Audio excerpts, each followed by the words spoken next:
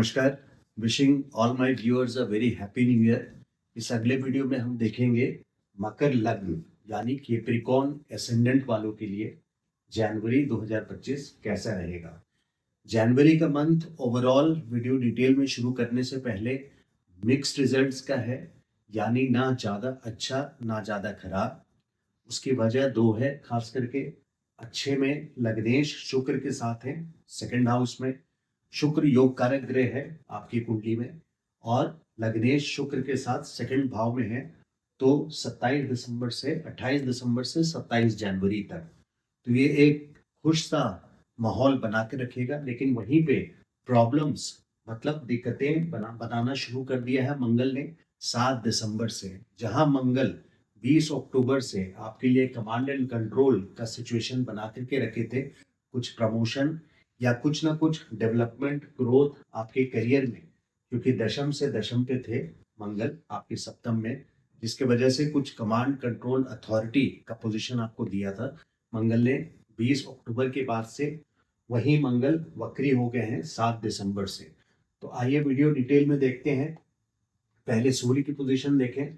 सूर्य यानी management authority, government, senior bosses, आपके पिता 13 जनवरी तक 12th हाउस द्वादश भाव में सूर्य का की पोजीशन है, जिसके वजह से आपको बैकफुट पे रहना चाहिए। अगर गवर्नमेंट रिलेटेड कोई काम है तो आप उसको अवॉइड करें। अगर अवॉइड होने लायक हो तो टैक्स रिटर्न या जो चीज़ें अवॉइड नहीं हो सकती है उसको आप टाइमली पंचुअली फॉलो करें। लेकिन अगर सपोज कोर्ट के डेट्स हैं और आप उसको आगे कर सकते हैं तो उसको डेफिनेटली 13 जनवरी के बाद का करें, क्योंकि 12th हाउस से सूर्य 13 जनवरी या 14 जनवरी को सुबह 9 बजे मकर राशि में प्रवेश कर जाएंगे। मकर आपके लिए लग्न है, मतलब फर्स्ट हाउस है। तो 13 जनवरी तक आपको केयरफुल रहना है अपने बॉसेस से। ऑफिस में जॉब करते हैं तो अपने बॉसेस से, अपने सीनियर से, मैनेजमेंट से, अथॉरिटी से, ट्रैफिक पुलिस से, किसी भी बोर्ड से, कमिटी से, जो भी अथॉरिटी वाली बोर्ड या पोजीशंस हैं उनसे आपको केयरफुल रहना है, अपने सीनियर से। तो you have to be careful till 13 January specifically, 14 जनवरी के सुबह 9 बजे तक।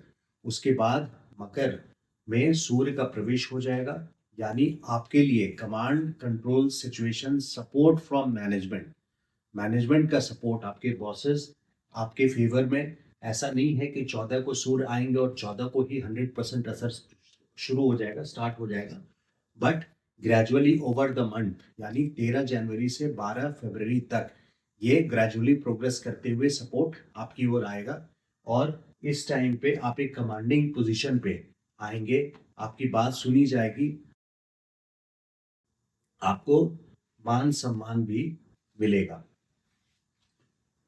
कर्मेश और या दशमेश यानी 10th हाउस के लॉर्ड शुक्र, जैसा मैंने वीडियो के शुरू में बताया, कर्मेश या दशमेश जो है वर्क प्लेस के लॉर्ड जो है, प्रोफेशन के स्वामी जो है शुक्र, वो सेकंड हाउस में लग्नेश के साथ है। तो ये शुक्र योग कारक ग्रह है। वैसे भी शनि की जो हार्शनेस है उसको फाइन ट्यून करके स्वीटनेस की ओर ले जाते हैं, मधुरता की ओर ले जाते हैं शनि के क्रुएलिटी को, और शनि के रेस को फाइन ट्यून करते हैं। तो यहाँ पे योग कारक ग्रह के साथ शनि बहुत अच्छे रिजल्ट्स देंगे। 28 दिसंबर से 27 जनवरी तक शुक्र के साथ युति है आपके लग्नेश की, शनि की।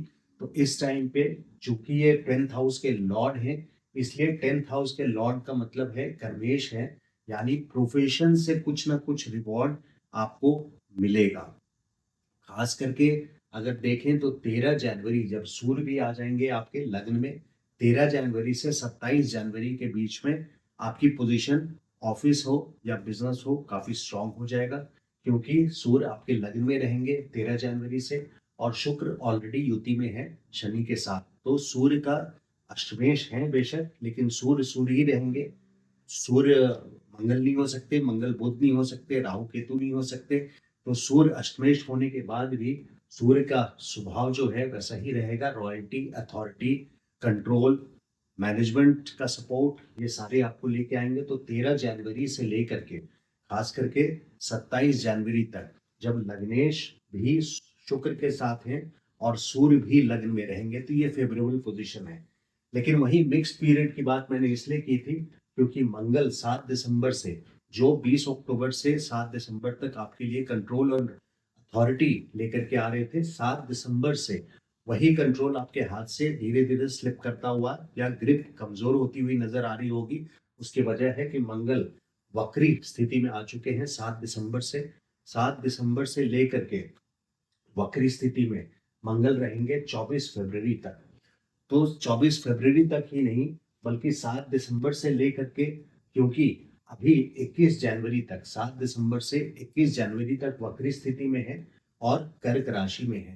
तो यहाँ पे कर्क मंगल आपके लग्न को देख रहे हैं डायरेक्टली, यानी वक्री स्थिति यानी हो गया आपके छठे भाव की ओर इनका, इनकी डायरेक्शन ऑर्बिट यानी इनका जो चलना है वो मार्ग है वो छठे भाव की ओर है, जो विपत्ति स्थान है, विपत्ति स्थान है, ऑब्स्टिकल्स का घर है, कर्ज का घर है, बीमारी का घर है।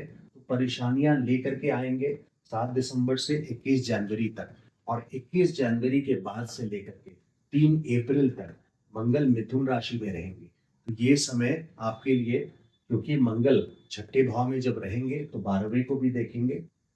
छठा भाव रोग स्थान है, तो कोई एग्जिस्टिंग डिजीज है, आपको कोई बीमारी एग्जिस्टिंग है, वो फ्लेयर अप होने के चांसेस हैं।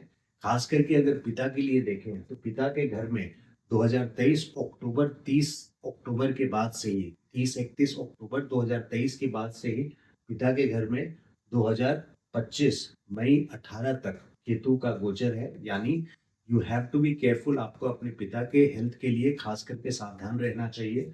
और मंगल जब यहाँ पे आएंगे 21 जनवरी के बाद से लेकर के 3 अप्रैल तक मिथुन राशि में रहेंगे, 21 जनवरी से 3 अप्रैल तक। तो चौथी दृष्टि से 1 2 3 4 आपके नवम स्थान पे इनकी दृष्टि रहेगी, यानी केतु को कैटलाइज करेंगे, यानी केतु के को और बढ़ावा देंगे, एक्शन फोर्स देंगे।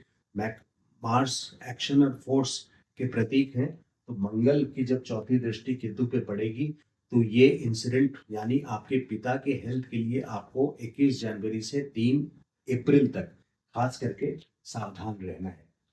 और अपने हेल्थ के लिए भी डेफिनेटली सावधान रहना है। कोई भी एग्जिस्टिंग डिजीज है उसको, मंगल सल्फर है, सैटर्न लेड है, सन फायर है, तो मंगल इस समय, मंगल की जो पोजीशन है आपके लिए वो 21 जनवरी तक कुछ परेशानी लेकर के आने की स्थिति में है, और 21 जनवरी से 3 अप्रैल तक रोग को बढ़ावा, रोग, कर्ज, विपत्ति को बढ़ावा देने का रोल हो जाएगा।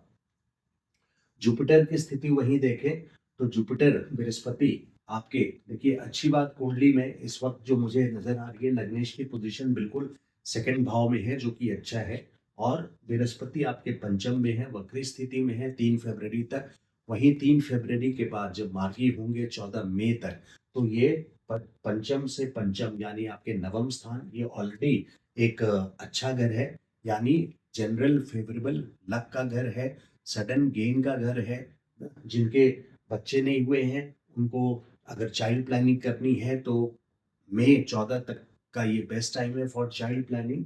आईवीएफ में जो लोग चाइल्ड प्लानिंग करवाना चाहते हैं वो अभी प्लान कर ले, मई 14 तक इसकी प्लानिंग करें, ये फ्रूटफुल होगा आपके लिए। तो पंचम से पंचम पे यानी केतु पे कंट्रोल जाएगा, खास करके जब मार्गी होंगे तो इसका इफेक्ट और बढ़ जाएगा 3 फरवरी से लेकर के 18 मई तक, जब तक केतु यहाँ पर है, और जुपिटर 14 मई तक आपके पंचम में है। तो यानी जुपिटर की पंचम से पंचम दृष्टि नवम स्थान पे, भाग्योदय स्थान पर भी रहेगी और आपके लग्न पे भी रहेगी। 11वें भाव लाभ स्थान पे, लाभ स्थान पे अभी वक्री स्थिति में उतना फायदा नहीं दे रहे होंगे, लेकिन जब मार्गी हो जाएंगे लाभ स्थान पे तो आपके वेल्थ में इंक्रीज होगा, खास करके जो कि मोर पर्टिकुलरली 3 फरवरी से 10 अप्रैल तक बृहस्पति रोहिणी नक्षत्र में है जो कि चंद्रमा का नक्षत्र है। तो इस टाइम पे विंडफॉल गेन्स मिलने के आपके पूरे चांसेस हैं 3 फरवरी से 10 अप्रैल तक। जैसे गज केसरी चंद्रमा के ऊपर गुरु का गोचर पर होता है, वैसे ही रोहिणी नक्षत्र में, चंद्रमा के नक्षत्र में जुपिटर का मार्गी डायरेक्शन यानी मार्गी होना, वक्री स्थिति से आगे की ओर चलना 3 फरवरी से लेकर के 10 अप्रैल तक आपको विशेष करके लाभ मिलने के पूरे चांसेस हैं। वैसे 14 मई तक ही बृहस्पति आपके पंचम स्थान पे हैं और 14 मई के बाद आपके छठे स्थान पे चले जाएंगे।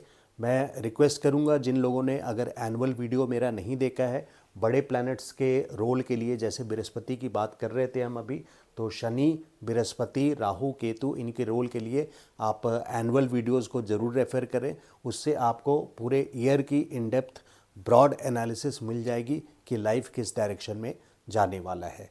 आई होप आपको वीडियो मेरा पसंद आया हो। प्लीज़ अगर अभी तक आपने चैनल को सब्सक्राइब नहीं किया है तो प्लीज़ सब्सक्राइब कर लीजिए and like my video, that is a request. Thank you so much. नमस्कार।